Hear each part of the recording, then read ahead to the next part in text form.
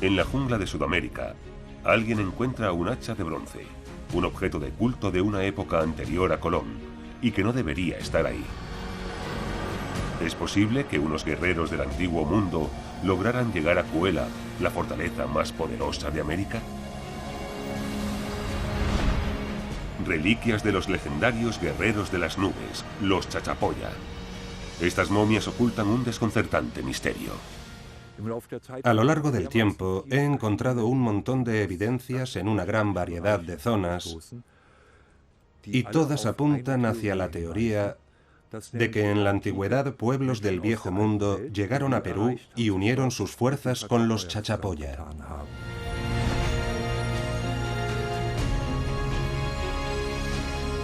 Los guerreros perdidos de Cartago.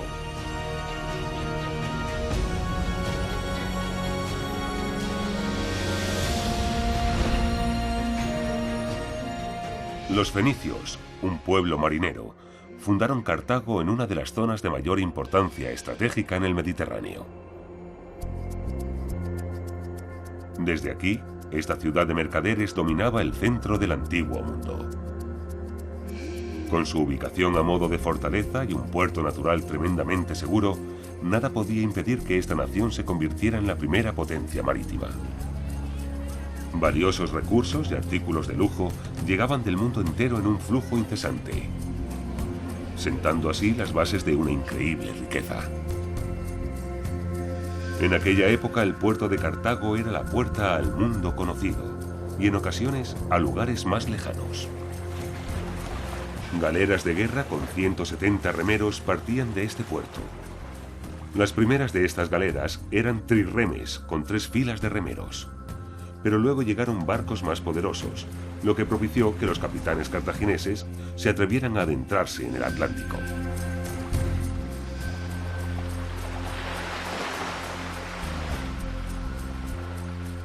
Llegaron a la costa occidental de África hasta el actual Camerún. Desde Marruecos fueron capaces de controlar el comercio de oro. Obtenían cobre de Tartesos, y la ciudad celta de A Coruña dominaba las rutas marítimas hacia el norte, hasta las minas de estaño de Cornualles, en Gran Bretaña. Sus mejores guerreros provenían de las Islas Baleares. Durante muchos años, Hans Gifford ha estudiado la historia antigua de estas islas españolas. Está particularmente fascinado por el legado cultural de los fenicios. Este profesor alemán está interesado en las antiguas leyendas, ya que son unas valiosas fuentes de conocimientos perdidos. A Hans Gifford le resulta imposible creer que un pueblo tan cualificado como los cartagineses se haya desvanecido como si nada. Cuando su imperio comercial se hundió, los supervivientes debieron de comenzar una nueva vida en algún otro lugar. Él está convencido de ello. Su búsqueda de pistas comienza aquí, en las Islas Baleares. Los fenicios y los cartagineses viajaban a menudo a Mallorca, donde establecieron asentamientos comerciales, como hicieron en toda la costa del Mediterráneo. Miles de soldados ibéricos lucharon en el ejército cartaginés, en el cual participaban hombres de muchas nacionalidades. Los honderos de las Islas Baleares estaban considerados unos soldados tremendamente efectivos que formaban una élite muy temida. Resulta difícil imaginar que estos salvajes guerreros y sus orgullosos generales de Cartago se hubieran dejado esclavizar.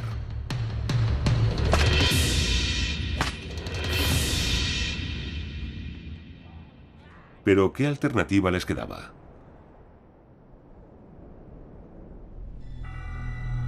¿Huyeron cruzando el océano hacia Perú? ¿Son los muertos de Cuélap los descendientes de estos celtas y cartagineses, tal y como sugiere el profesor Gifford?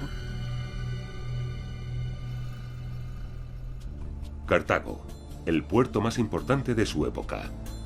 Las habilidades náuticas de los fenicios son un elemento clave en las hipótesis de Gifford. El puerto de carga de Cartago estaba abierto a todo tipo de embarcaciones, pero solo los barcos de guerra cartagineses podían atravesar las puertas de la represa.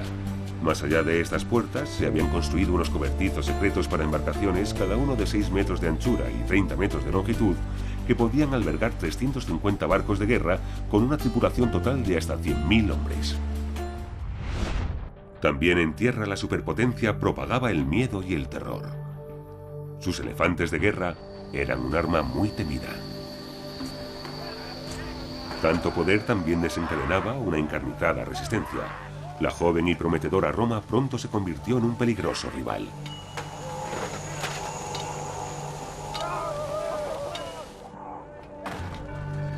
Tras 3 sangrientas guerras, el Imperio Romano fue capaz de derrotar a Cartago.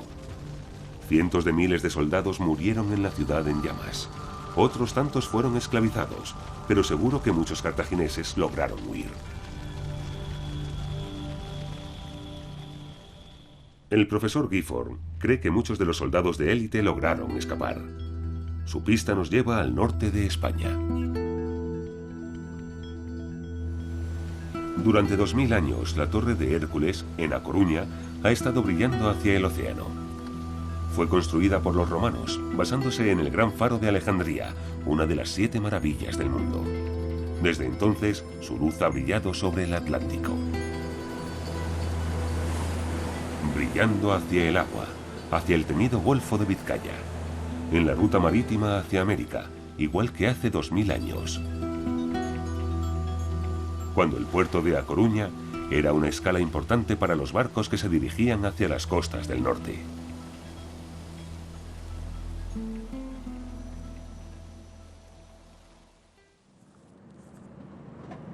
Aquí, marineros de Cartago y de todo el Mediterráneo entraron en contacto con los celtíberos, que llevaban miles de años navegando los océanos del norte.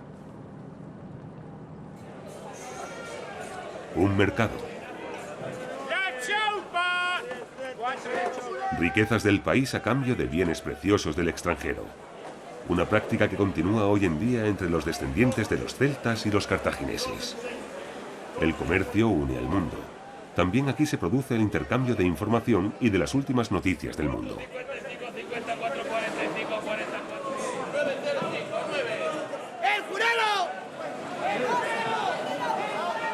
Circulan rumores sobre bienes y tecnologías aún desconocidas por esta zona. En el pasado, también circulaban rumores sobre costas inexploradas más allá de la línea del horizonte. Rumores sobre viajes de descubrimiento llevados a cabo por capitanes cartagineses que les llevaron hacia el otro lado del Atlántico, quizá incluso hasta Brasil.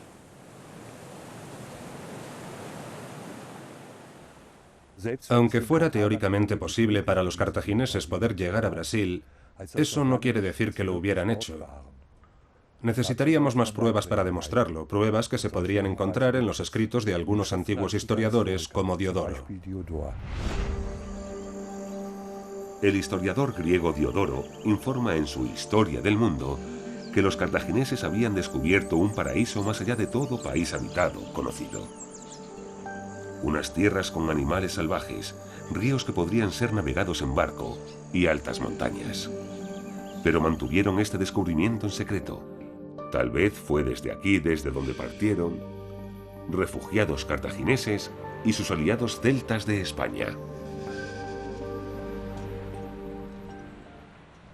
Parece que sin las habilidades náuticas de los cartagineses habría resultado imposible que los celtíberos y los honderos de Mallorca cruzaran el Atlántico. Los capitanes cartagineses perfeccionaron el legado náutico de sus antecesores fenicios. Podían determinar su latitud por la longitud de la sombra proyectada por el sol del mediodía. De noche se orientaban gracias a la estrella polar, en la constelación de la Osa Menor, una estrella conocida en la antigüedad como la estrella fenicia. Como siempre había ocurrido, los barcos se desplazaban gracias a los vientos y las corrientes oceánicas desde África Occidental hasta la costa nororiental de Brasil.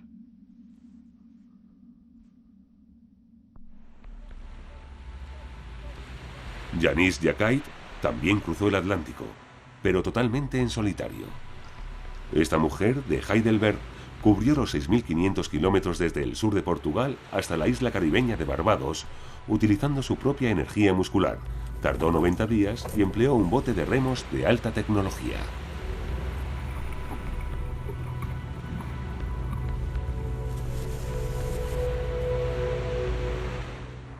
No era como remar en un lago tranquilo de un parque.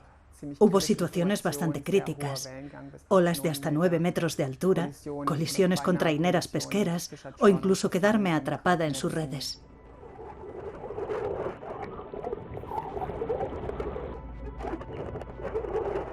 El mayor problema es que necesitas agua potable y comida.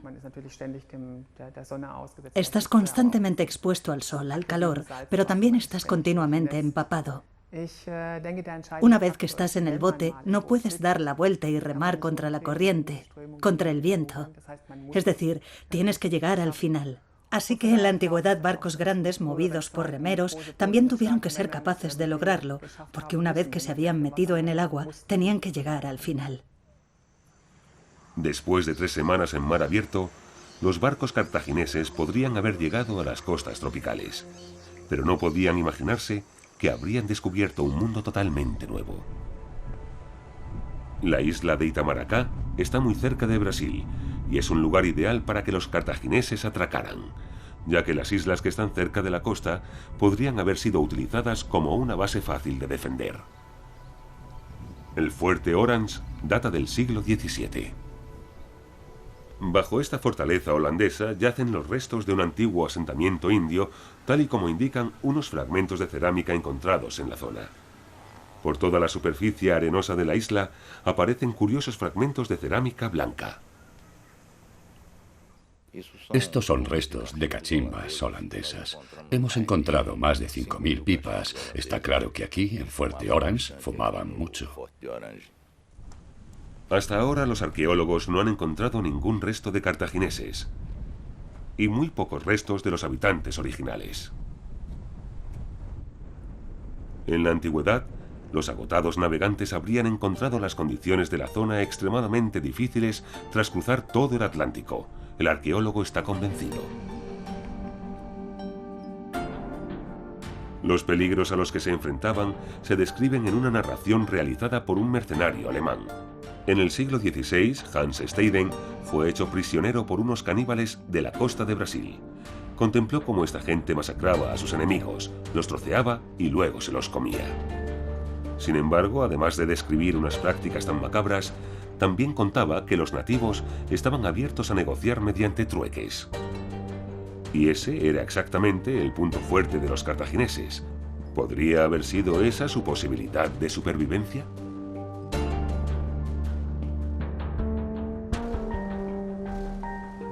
No hay relatos de ninguna expedición transatlántica a Brasil previa a la expedición de Cristóbal Colón.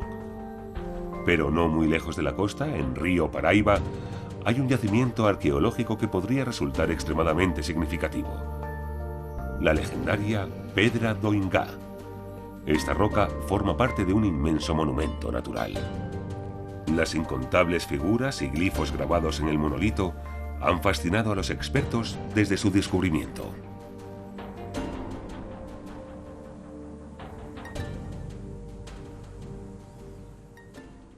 Aquí en Paraíba nos encontramos con una cultura conocida como cultura itacoatiara.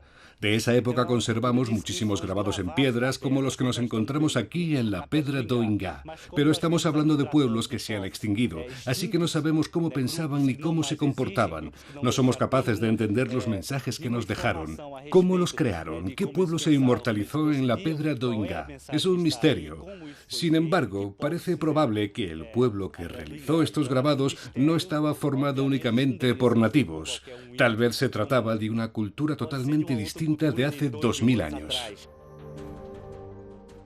En un primer momento, los arqueólogos locales observaron que muchos de los glifos grabados sobre la Pedra do Ingá mostraban similitudes con las escrituras del Antiguo Mundo en la época clásica. Estudiando esta teoría he llegado a la conclusión de que solamente hay similitudes con letras individuales, no con palabras completas. Sin embargo, la mayoría de dichas similitudes eran con letras de un alfabeto celtíbero. 4 símbolos grabados en la piedra recuerdan a letras de antiguos idiomas europeos. Conocemos su valor fonético, pero de momento no ha sido posible traducir los grabados de este monumento en un texto coherente. Unos mercaderes o unos colonizadores no habrían considerado la calurosa área remota del río Paraíba como un jardín del Edén. Y el propio río tampoco tiene una gran distancia navegable. Esta zona de costa tropical conduce a un desierto de piedra y polvo. Un callejón sin salida para navegantes, como cualquier explorador descubriría bien pronto. Su única alternativa sería volver a la costa del Atlántico. Al noroeste hay un río de unas dimensiones que desafían a toda creencia, rodeado por una densa jungla, el Amazonas. Las selvas tropicales eran una visión a la que ya estarían acostumbrados los marineros de Cartago.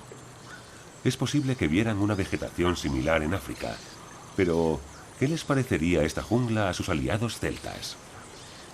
¿Fascinante? ¿Amenazante? Acechando en el infierno verde estaban los nativos originarios. En el año 1492, los pesados barcos utilizados por Cristóbal Colón en su expedición tardaron 36 días en cubrir la distancia desde las Islas Canarias hasta las Bahamas. Es 2 veces la distancia de la línea más corta entre África Occidental y Sudamérica. Tomando la ruta más rápida, los marineros de la antigüedad también podían haber llegado a Brasil. Los nativos localizaban rápidamente a cualquier intruso que no conocía la ley de la selva y al que les resultaba difícil dominar la situación, incluso a pesar de poseer un armamento superior. Por lo tanto, los invasores españoles y portugueses no tenían más que historias tristes que contar cuando intentaron colonizar el Amazonas en el siglo XVI. Todo les resultaba hostil y la muerte acechaba en cualquier parte. Pudo haber sucedido algo exactamente igual hace 2000 años. La primera regla de supervivencia para cualquier extraño era no alejarse demasiado de la protección del barco y llevar encima regalos pintorescos para los nativos, tal y como hicieron los conquistadores.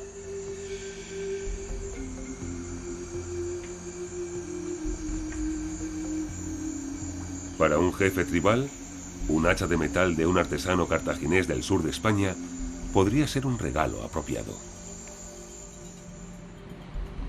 Fue cerca del delta del Amazonas donde los portugueses establecieron su primera base, Belén.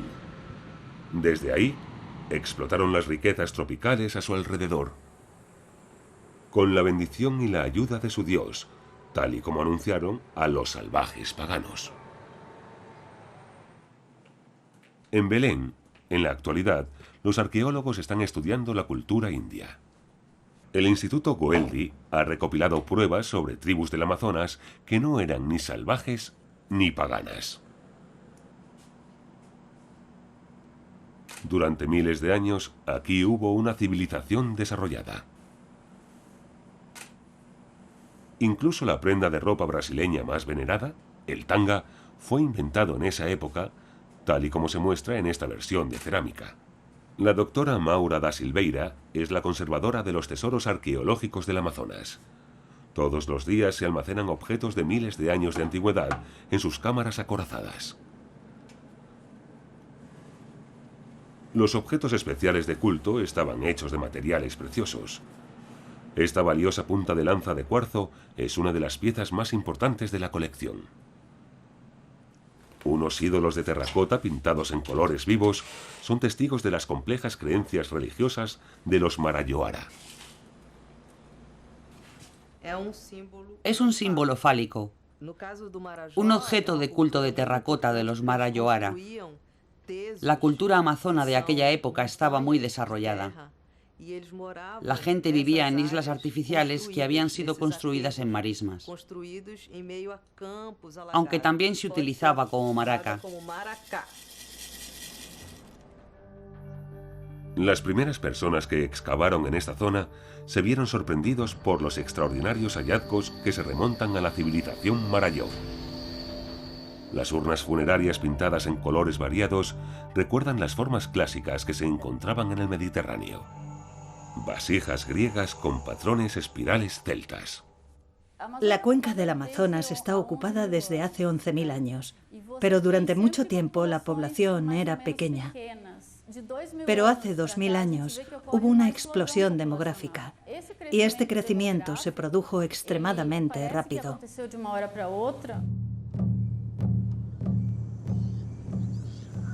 En 1541, según un testigo presencial, una expedición española se adentró en el Amazonas en busca del legendario El Dorado. El historiador describe cómo fueron atacados repentinamente. Les llovieron flechas desde la poblada ribera del río. Mujeres desnudas de piel clara estaban luchando en el frente de las fuerzas enemigas. Ya se había documentado la presencia de estas temerarias amazonas que acabaron dándole su nombre al río, aunque tales reseñas fueron consideradas poco fiables por muchos historiadores. Este escepticismo era infundado, tal y como muestran los recientes yacimientos arqueológicos. En la región del Amazonas hubo grandes asentamientos con miles de habitantes. La población se mantenía gracias a lustrosos campos de maíz, cuidados con técnicas agrícolas especiales. El Amazonas es el hogar de la planta que proporciona semillas que, con el nombre de cacao, conquistaría el mundo entero. El hecho de que los celtas españoles comieran chocolate aquí hace 2000 años es pura especulación. Solo ahora hemos logrado comprender la floreciente civilización del Amazonas. Hoy, los expertos no albergan duda alguna. Hace 2000 años aquí tuvo lugar una revolución cultural. El estilo formal utilizado por los artistas se desarrolló a pasos agigantados. ¿Provino dicho desarrollo del otro lado del océano? Este especial estilo de cerámica es fascinante. Se desarrolló por primera vez en Marajó. Unas urnas funerarias con tal variedad de colores solo aparecerían en la zona del Amazonas mucho más tarde. Por eso creo que el desarrollo comenzó en Marajó. Y posteriormente fue influenciando al resto de las demás regiones. De hecho, a menudo se pensaba que este nuevo estilo provenía de fuera de la región. El hecho de que los hallazgos arqueológicos recuerden a los objetos mediterráneos supone una posibilidad fascinante. ¿Es posible que un pueblo marino trajera estas nuevas ideas del viejo mundo hace 2000 años? Heinz Budweb está convencido de que eso fue lo que sucedió. Este arqueólogo amateur germano-brasileño ha encontrado más pruebas, como un hacha antigua.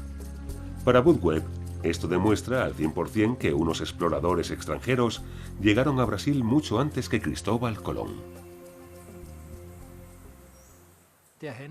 El vendedor me dijo que procedía del río Guaporé, el río que se forma en la frontera entre Brasil y Bolivia. Me dijo que se lo dio directamente un indio boliviano. Tiene que ser auténtico. Incluso la empuñadura de madera estaba aún húmeda. Un afortunado hallazgo. Un hacha de metal incrustada con una pátina, con una empuñadura de madera. ¿Pero qué representa la figura de la hoja del hacha? Simboliza la cabeza de un toro o un antílope, pero en cualquier caso es un animal que no existía en Sudamérica. Heinz Budweb hace todo lo que puede por arrojar algo de luz en el misterioso hallazgo de la jungla. En el Instituto de Geociencias de la Universidad de Sao Paulo, unos científicos examinan el hacha con la tecnología más moderna. El resultado les sorprende. La hoja del hacha contiene un 61% de cobre y un 39% de zinc. Aleaciones de metal como estas no existían en América antes de la llegada de los europeos. Otro punto importante es que la empuñadura de madera proviene de un bosque del Pantanal, una zona anegada de la ribera del río Paraguay. Y esta madera ha sido datada siguiendo la metodología científica. Tiene unos 1500 años de antigüedad. Incluso hace 2000 años existía una extensa red de comercio establecida en las riberas de la cuenca del Amazonas. ¿Puede ser este el motivo por el que el hacha fuera introducida en el interior del continente? ¿Siguieron sencillamente los celtas y los cartagineses el curso del río desde la costa y se adentraron corriente arriba? Hay relatos que indican que unos indios que huían de los tratantes de esclavos huyeron hasta la zona de Chachapoya. Esto significa que cubrieron una inmensa distancia de casi 4.000 kilómetros desde la costa atlántica de Brasil hasta Perú. Por lo tanto, ese viaje no habría sido imposible para otros individuos. Pero, ¿pudieron unos emigrantes del antiguo mundo haber hecho lo mismo? ¿Lograr atravesar la mayor jungla del mundo enfrentándose a animales salvajes y a enfermedades desconocidas? Al final, los refugiados se habrían encontrado con una enorme cadena montañosa que les cortaba el camino, los Andes. ¿Nos trae aquí el rastro de los celtas y los cartagineses?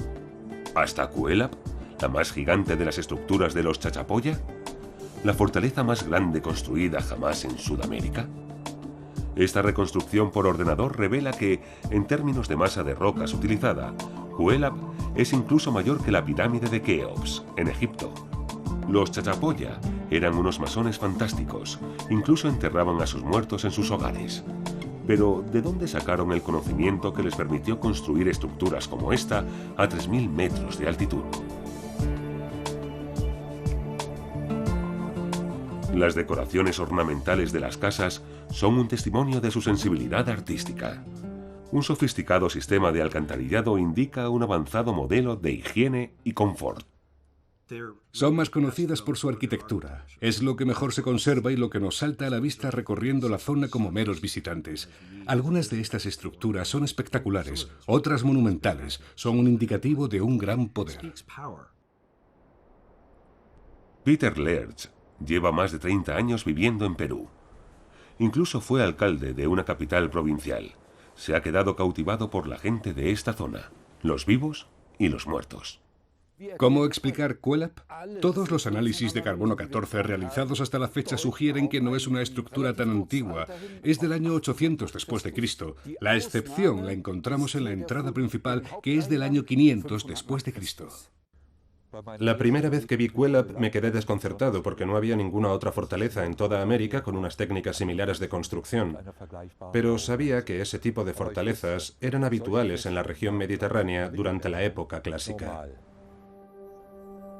Un detalle del templo principal de Cuélap parece apoyar la teoría de Gifford. La cabeza grabada en la pared recuerda a unas macabras prácticas del otro extremo del Atlántico. Allí, los celtas decapitaban a sus prisioneros y colgaban las cabezas de sus casas. Una orgullosa demostración de poder. ¿Practicaban los Chachapoya también este ritual? La costumbre celta de utilizar cabezas humanas como trofeos está relacionada con su creencia de que el alma reside en el cráneo. Por eso para ellos la cabeza era algo muy importante. Esto también explica por qué eran maestros en el arte de la trepanación, aunque no eran los únicos. Tanto los celtas como los Chachapoya hacían un agujero en la cabeza de un enfermo para liberar la presión del cerebro y expulsar los malos espíritus. En el caso de los Chachapoya, sabemos que utilizaban esta técnica porque está descrita en relatos hipocráticos del año 500 a.C. Y por los hallazgos arqueológicos encontrados en la Baja Austria, también sabemos que la trepanación era un arte que practicaban los celtas. Esto representa un interesante paralelismo entre ambas culturas. ¿Es la utilización del mismo método de curación evidencia suficiente de contacto entre las dos culturas? ¿Son piezas de un puzzle que resultan una prueba irrefutable tal y como cree el profesor Gifford? La prueba decisiva puede estar oculta en Cuélap.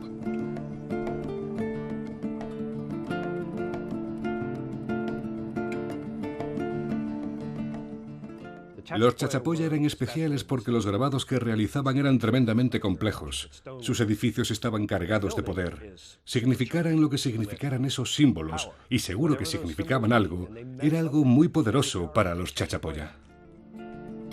¿Quiénes eran los habitantes de este lugar y qué tradiciones seguían en sus vidas? Peter Lerch conoce los hechos. Aquí tenemos una casa redonda especialmente grande. Podemos ver agujeros en las paredes donde se situaban las vigas para sostener la segunda planta y así formar la planta superior. En Cuelap se fabricaban casas de 2 pisos para aprovechar al máximo el espacio disponible, ya que aquí vivían 3.000 personas. En la actualidad, los nativos de las tierras altas de los Andes cuidan sus campos utilizando técnicas que les han legado sus antepasados. La agricultura en la época de los Chachapoya no habría sido muy distinta a la de por aquel entonces en las regiones altas de Perú.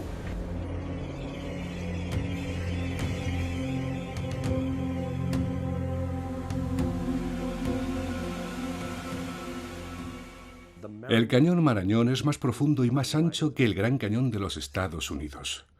Es un lugar muy duro en el que vivir, y a los arqueólogos les ha resultado muy difícil aceptar que cualquier pueblo fuera capaz de vivir aquí. ¿Por qué quieren vivir aquí?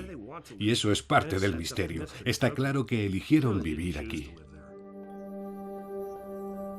La masiva ciudadela de los Chachapoya aún oculta muchos enigmas, pero el profesor Gifford cree que está cerca de encontrar soluciones. Fortalezas como Cuelap no se encuentran en ninguna otra parte de América, pero los arqueólogos jamás consideraron que se pudiera encontrar una explicación para su origen fuera de América. Al otro extremo del Atlántico se pueden encontrar los restos de una fortaleza en unas explanadas artificiales.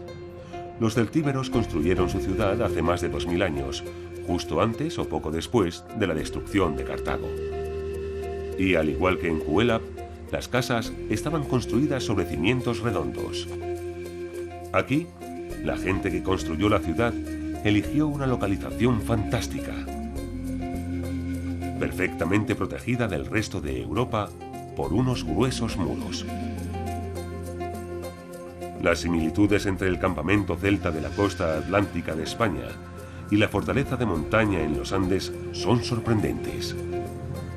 ¿La gente que construyó ambos lugares se conocía?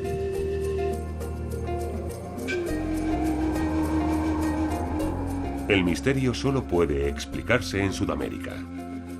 Aún no hay pruebas concluyentes de que los celtas y los cartagineses estuvieran en Perú. Incluso para los incas, el reino de los Chachapoya era sencillamente demasiado remoto. Casi ningún historiador del periodo colonial español se aventuró tan lejos. Hoy, los asentamientos Chachapoya son pueblos fantasmas. Ocultas en pronunciados acantilados, unas figuras funerarias son un testimonio de su extraño culto ancestral.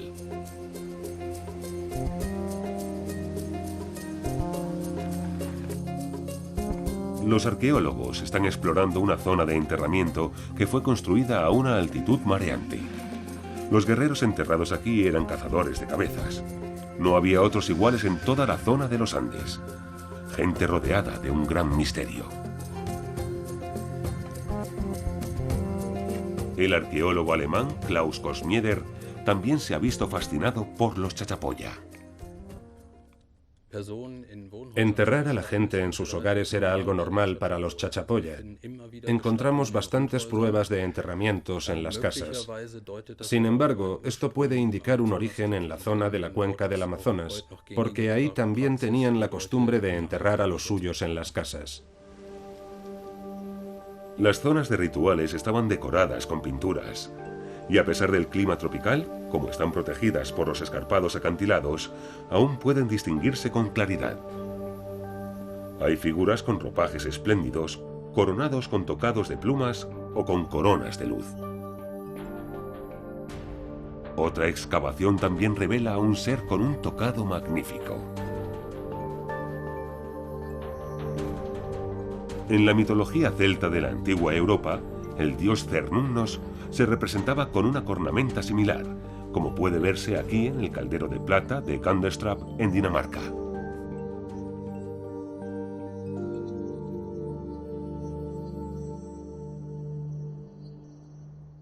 Aquí tenemos una imagen extraordinaria de un bote con una persona sentada en su interior.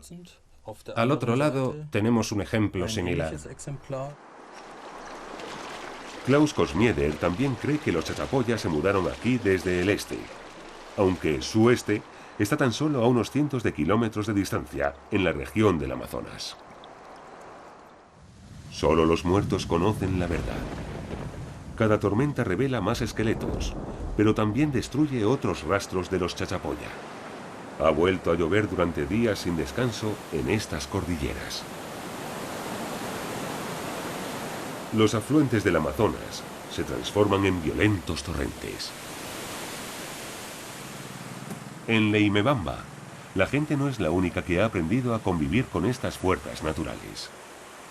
Todo el mundo aprovecha al máximo la situación, que se repetirá en numerosas ocasiones durante la temporada de lluvias. Probablemente la mayor preocupación era la severa climatología, ya que aquí hay unas tormentas increíbles, unas tormentas inmensas. Yo jamás había visto unas tormentas parecidas en ninguna otra parte del mundo. Parece que el cielo se cae sobre la tierra y la tierra bajo tus pies se vuelve totalmente líquida. De una tormenta a la siguiente, los valles se transforman a base de desprendimientos de tierra. Es un entorno muy dinámico y es lógico que vivieran en la cima de las montañas por ese mismo motivo. En abril de 1997, el etnólogo Peter Lerch recibe una llamada de socorro. Unos saqueadores estaban asaltando una zona de enterramiento de la época precolombina, y muchas de las momias se habían quedado bajo el agua desprotegidas. No había tiempo que perder, así que Lerch organizó una expedición de rescate y partieron montaña arriba desde Leimebamba. Su destino era la Laguna de los Cóndores. Los granjeros locales habían descubierto una zona de enterramiento a una altitud de 2.600 metros, y el equipo, dirigido por el germano peruano Lerch, esperaba poder conservarla. Los saqueadores se habían esmerado al máximo y el lugar estaba destrozado. Muchos de los sarcófagos estaban machacados, las tumbas destrozadas, y había fragmentos de momias chachapoya esparcidos por todas partes. Los rescatadores decidieron realizar una excavación de emergencia. Al final, lograron transportar más de 200 momias a la capital de la provincia. Hoy en día, los muertos de la Laguna de los Cóndores están en Leimebamba.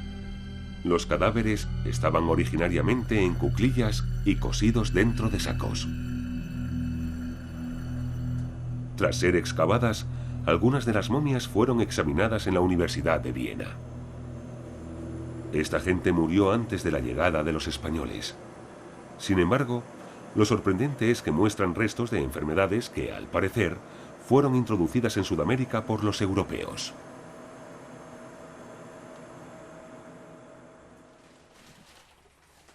En Göttingen, el paleopatólogo Michael Schultz, a través de sus investigaciones, intenta obtener información de los restos mortales de nuestros ancestros sobre las enfermedades que sufrieron y las causas de sus muertes. Y la gran presencia de tuberculosis entre los chachapoya llama su atención. Aquí tenemos una lesión típica de la tuberculosis. La estructura está ulcerada y medio carcomida. Y estos cambios típicos en la estructura ósea provocada por la tuberculosis se encontró en los esqueletos y momias de los chachapoya, lo cual resulta extremadamente curioso, porque ahora tenemos pruebas de que la enfermedad estaba presente entre la tribu chachapoya incluso antes de la llegada de Cristóbal Colón.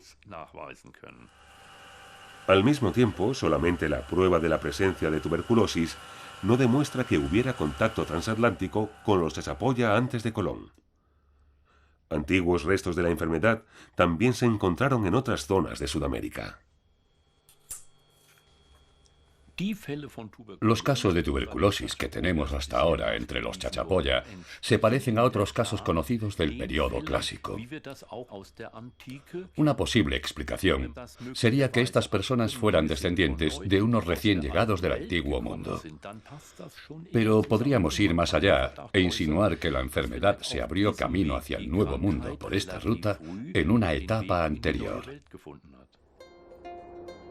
Viniera de donde viniera la gente que construyó Cuelap, ¿por qué construyeron una fortaleza tan grande aquí? Peter Lerch sugiere que Cuelap era un bastión contra los invasores de las regiones inferiores, que además les proporcionaba protección contra las tribus vecinas que sufrían de hambre durante las épocas de sequía. Los arqueólogos encontraron aquí más de 50 esqueletos con los cráneos machacados. Las víctimas eran agresores o defensores. Las fatales heridas podrían haber sido provocadas por hachas o por ondas, pero una cosa está clara: sufrieron muertes violentas. Una frontera suele ser un lugar de lucha por una posición para decidir quién puede negociar con quién, quién se lleva la riqueza, quién puede ocupar la zona mejor comunicada, quién se lleva tal parte o quién puede ser el intermediario. Por lo tanto, estoy seguro de que había bastantes trifulcas internas y también probablemente derramamientos de sangre. El centro administrativo de la provincia de Chachapoya en la actualidad trata con metales preciosos y drogas, pero los beneficios se invierten en otra parte. La colección de momias del Museo Arqueológico local también parece acumular polvo. Pero aquí, los antropólogos están recopilando información muy importante sobre el destino de los Chachapoya y sobre sus orígenes.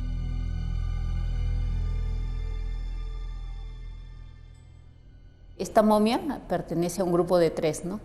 Una familia, ella tiene 25 años, fue encontrada por los pobladores juntamente con un niño de 6 años y el hombre.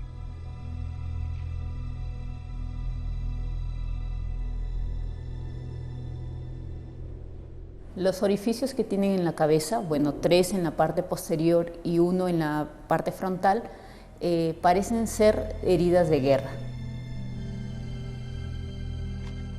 Una y otra vez encuentran indicios de muertes no naturales, restos de homicidios y violencia. Los Chachapoya tenían la reputación de ser un pueblo extremadamente beligerante. Utilizaban ondas como armas principales, tanto para defenderse de los ataques como para atacar a sus enemigos. Utilizaban unas ondas totalmente distintas a las del resto de tribus de Perú. De nuevo las pistas nos llevan de vuelta al antiguo mundo, a Mallorca. Aquí encontramos a un campeón mundial que va a entrenar, un rey entre los lanzadores de piedras.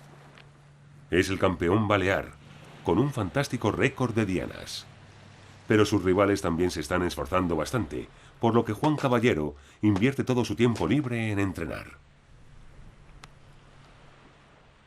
El profesor Gifford ha traído al campeón una onda Chachapoya original reconstruida de Perú, a casi 10.000 kilómetros de distancia. Las palas son idénticas.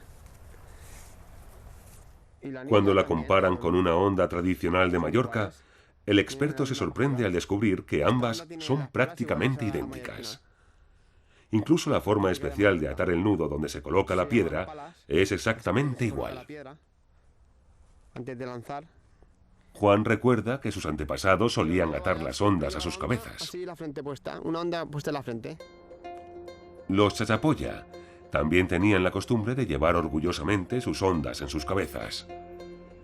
Pero esa costumbre ya ha muerto. En la comunidad de Huancas, en Perú, algunas tradiciones aún se conservan. Muchos de los habitantes de esta zona aún llevan nombres típicos Chachapoya, como hace siglos. Clotilde Alba, una alfarera, es una de las que están orgullosas de sus legendarios ancestros. Es una herencia chachapoyas que dejaron, que vinieron los españoles. Y esa enseñanza dejaron ellos. Sabemos que los Chachapoya eran unos comerciantes muy activos. Estaban en una posición perfecta como intermediarios. Todo el mundo quería ser intermediario, es la posición más lucrativa. Tenían exposición máxima a un montón de bienes. Ese es un buen motivo por el que tienen tantas influencias distintas en su arte, en su arquitectura y en su cultura. Tenían lo mejor de todos los mundos al alcance de sus manos. Los Chachapoya eran casi como un puerto comercial geográficamente hablando. Vivían en una zona estratégica. Las mujeres también estaban muy bien valoradas. Una pintura del periodo inca muestra a una mujer chachapoya capturada con piel clara y un pelo rojizo. El rey de los incas elegía las mujeres más guapas para él. Tal vez alguna era rubia, como Cecilia Flores. Vive a las afueras de un pueblo de Huancas con su familia y un montón de mascotas. En apariencia resulta fácil distinguirla de sus vecinas de pelo moreno y tez oscura. Cecilia lleva la vida de la típica mujer local, que incluye una división de labores. Cada día lleva a su marido algo para beber y comer a su trabajo, como es la costumbre.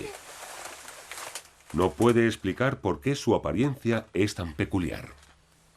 En mi familia somos 4 hermanos, de los 3 somos así con el pelo claro. Y después hay 2 primos también que son de mi tía, pero viven en Chachapoyas. Tienen el cabello así claro. Y otra chiquita también de unos jóvenes, así 2 jóvenes con el pelo oscuro y han nacido así con el pelo claro. Nosotros hemos dicho por qué somos así gringos. Y mi papá dijo que sus abuelitos de ellos eran así con el pelo así, pero ellos ya están muertos. No hay ningún relato que diga que todos los chachapoyas sean blancos. Cieza de León, tras viajar por Perú, por Panamá y por todas las Indias, tal y como era conocida esta zona, afirmó: esta gente, los chachapoyas, son las personas más blancas que he visto. Son muy agradables, elegantes. Las mujeres son preciosas y a menudo los incas se las llevaban como concubinas o esposas. También describe cómo se vestían los varones, a veces con la onda envuelta en sus cabezas. Usaban ropa de lana o de algodón. Se quedó muy impresionado con ellos y pensó que era un pueblo muy atractivo. También hay mucha gente de piel clara y pelo rubio en el pueblo de Limabamba, aunque originalmente estaba poblado básicamente por indios. Igual que en Huancas, nadie tiene información sobre unos posibles antepasados procedentes de alguna parte de Europa. Una visita a un colegio de la zona confirma los informes. Bastantes niños tienen la piel de color claro y el pelo rubio. Les toman muestras de saliva para poder establecer su huella genética.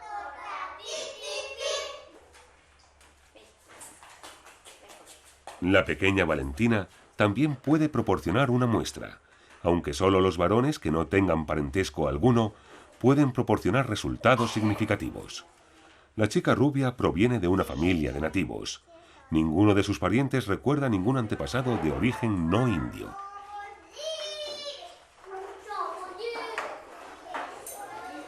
Juan también ha proporcionado una muestra de saliva.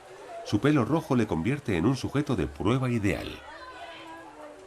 Sin embargo, al igual que en el resto de personas, esto podría ser provocado por una mutación genética de ancestros exclusivamente indios. Unos análisis realizados en la Universidad de Rotterdam, en Holanda, deberían aclarar el tema. Un equipo internacional de expertos está esperando las muestras de Perú en el Instituto Genético Molecular. Bajo la supervisión del profesor Kaiser, los científicos logran identificar un marcador especial para el color de pelo en el genoma humano. Tenemos los primeros resultados genéticos del laboratorio de las muestras de los niños. Lo primero que buscamos fue la respuesta a la pregunta: ¿es el pelo rojo de origen europeo o de origen no europeo? Utilizamos análisis de ADN para clasificar a la gente según su origen geográfico. Lo que hemos comprobado es que todos estos individuos provienen de una mezcla de antepasados. Hemos podido corroborar entre un 10 y un 50% de origen europeo, lo cual puede coincidir con el pelo rojo. Pero el resto de sus genomas, según hemos podido observar por nuestros análisis, es de origen nativo americano. El análisis genético también indica de qué parte de Europa provienen los ancestros de cada sujeto de pruebas. ¿Llegaron los navegantes de Europa a América en la antigüedad? ¿Se aventuraron a navegar el Amazonas hace 2000 años, llegando a Perú, a las tierras de los Chachapoya? ¿Tienen estos niños la respuesta a esta pregunta en sus genes? Las pruebas que tenemos apuntan hacia la parte occidental de Europa. Hemos detectado un cromosoma Y conocido como R1b, que aparece con mayor frecuencia en las Islas Británicas y en la parte norte de la península ibérica. Galicia, ocupada antaño por los celtas, está en el norte de España. En el muelle de A Coruña se subasta pescado fresco que luego se llevará directamente al mercado. El destino de este pueblo viene determinado por la pesca y el comercio marítimo. ¿Llevaron los antepasados de estos gallegos su legado biológico y cultural a Perú?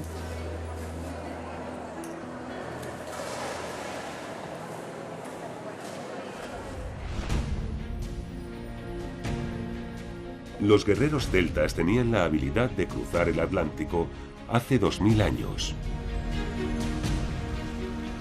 Junto con los supervivientes de Cartago, la antigua superpotencia, que se vieron obligados a huir de las legiones romanas. Un pueblo con el coraje de aquellos que no tienen nada que perder.